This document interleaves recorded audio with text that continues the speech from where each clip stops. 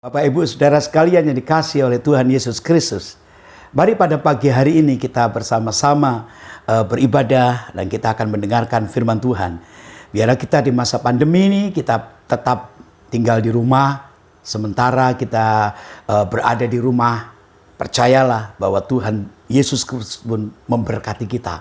Dimanapun kita berada, Tuhan pasti memberkati kita. Mari kita akan berdoa bersama-sama. Di dalam nama Tuhan Yesus Kristus, pagi hari ini Tuhan kami datang kepadamu. Kami mengucap syukur buat kasih karunia-Mu yang Kau berikan pada kami sampai pada hari ini. Kami percaya bahwa pertolongan Tuhan tetap sama.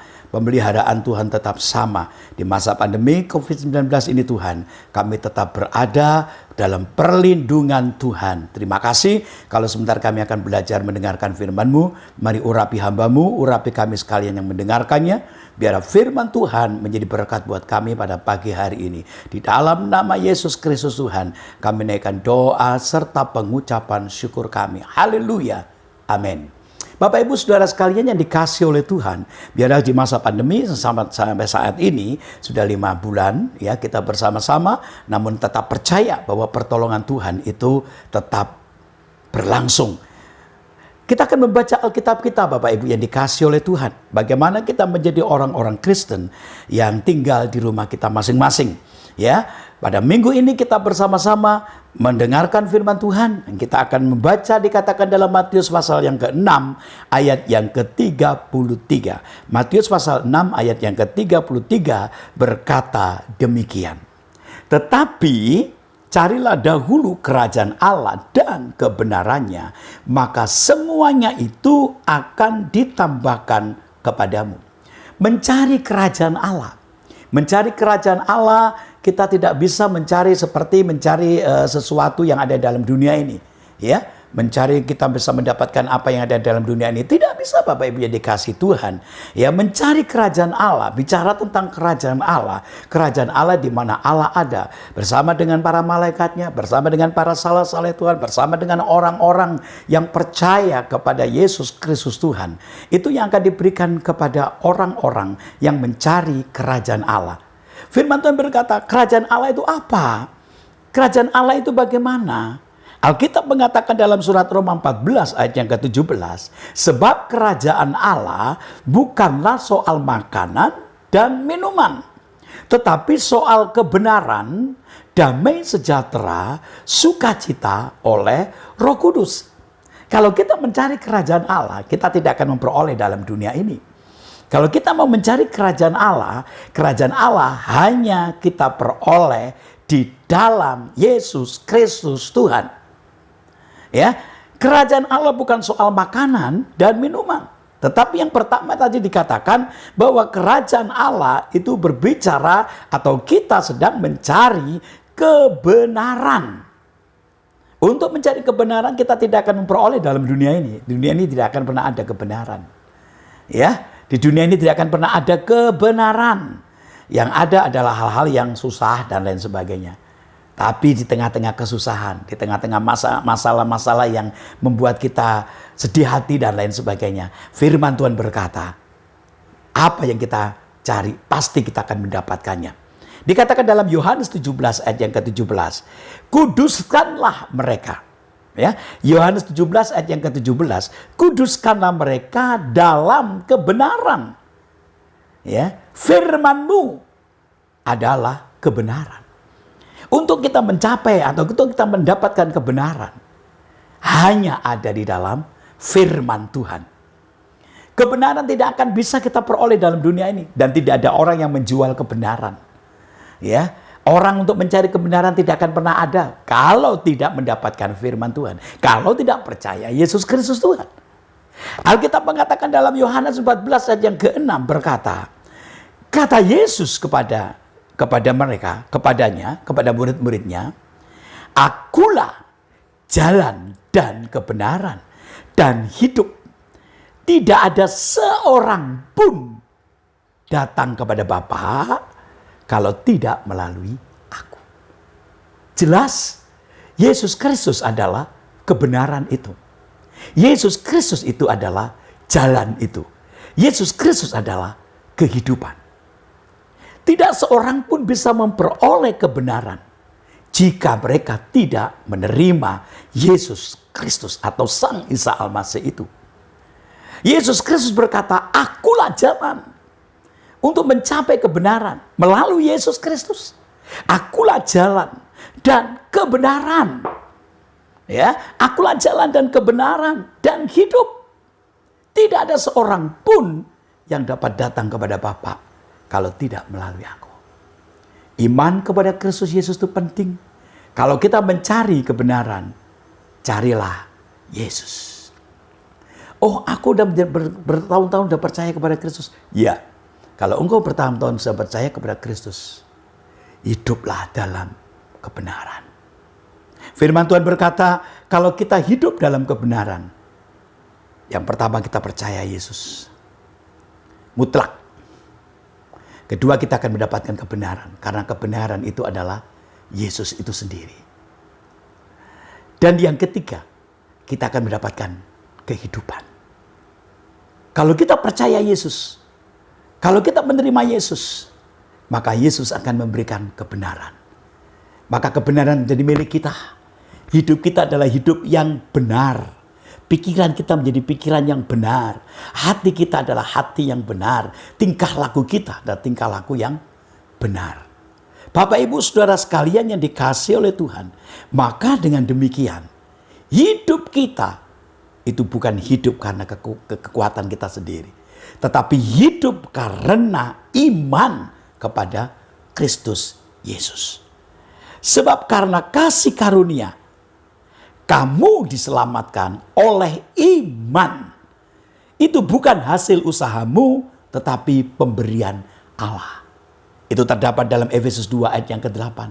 Kalau kita beriman kepada Kristus Yesus, maka kita memperoleh kebenaran. Kebenaran itu akan membebaskan kita. Kebenaran itu akan memberikan keselamatan bagi kita jika kita mengamalkannya, jika kita mengikutinya, jika kita menghidupinya. Hidup dalam kebenaran. Pikiran benar, hati benar, tindakan kita menjadi benar. Yang kedua, kerajaan Allah bukan soal makan dan minum, tapi yang kedua, soal damai sejahtera. Yang pertama tadi, Yesus Kristus adalah kebenaran. Yang kedua, siapakah damai sejahtera itu? Alkitab mengatakan di dalam Yohanes 14 ayat yang ke-27, damai sejahtera ku tinggalkan bagimu, kata Tuhan Yesus. Damai sejahtera ku berikan kepadamu. Dan apa yang ku berikan tidak seperti yang diberikan oleh dunia kepadamu. Janganlah gelisah dan gentar hatimu.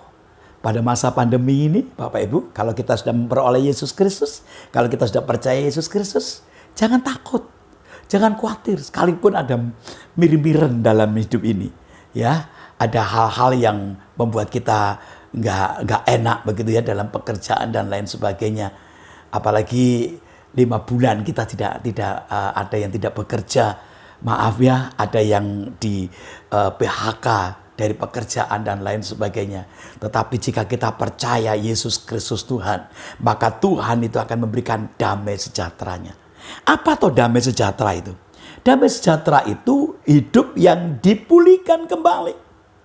Yang tadinya dua belah pihak berseteru, maka di tengah-tengah itu ada pendamai. Siapa pendamai itu?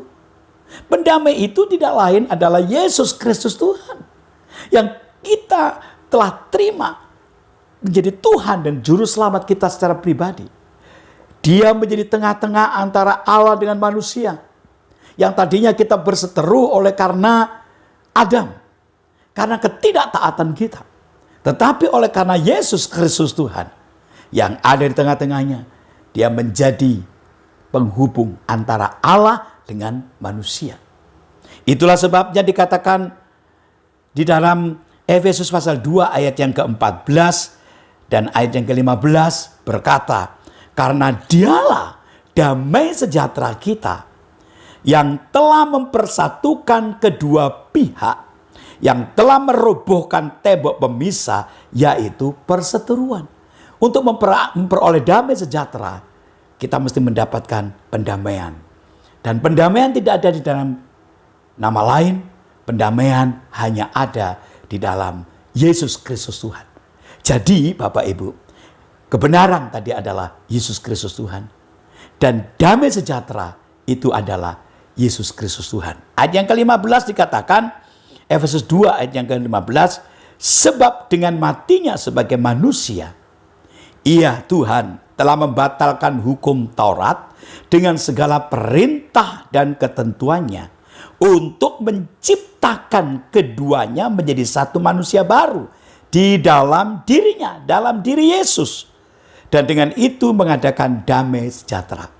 Pertama, kita didamaikan oleh kematian Yesus, percaya kepada Allah, dan manusia diperdamaikan.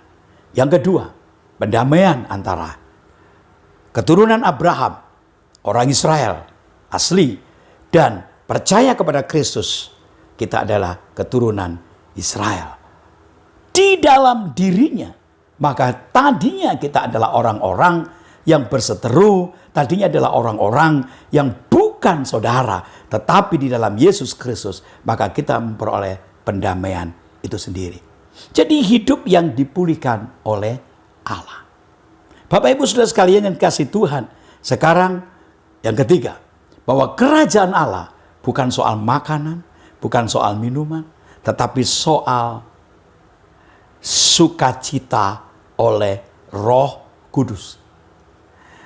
Tuhan berfirman kepada murid-muridnya, sebelum Tuhan meninggalkan para murid-muridnya, jangan meninggalkan Yerusalem sampai engkau memperoleh apa yang menjadi janji Bapa. Apa janjinya? Dikatakan di dalam Kisah Rasul pasal 2 ayatnya yang keempat, firman Tuhan berkata, maka penuhlah mereka dengan Roh Kudus. Lalu mereka mulai berkata-kata dalam bahasa-bahasa lain, seperti yang diberikan oleh Roh itu kepada mereka untuk mengatakannya. Tuhan Yesus berkata, mereka akan mendapatkan janji Bapa. Janji Bapa yang mana? Roh Kudus. Karena Roh Kudus itu adalah roh sukacita. Biar kita semua adalah orang-orang yang percaya kepada Kristus. Di masa pandemi ini, mungkin ada duka cita, ada kekecewaan dan lain sebagainya. Tetapi Roh Kudus yang tinggal pada diri kita masing-masing.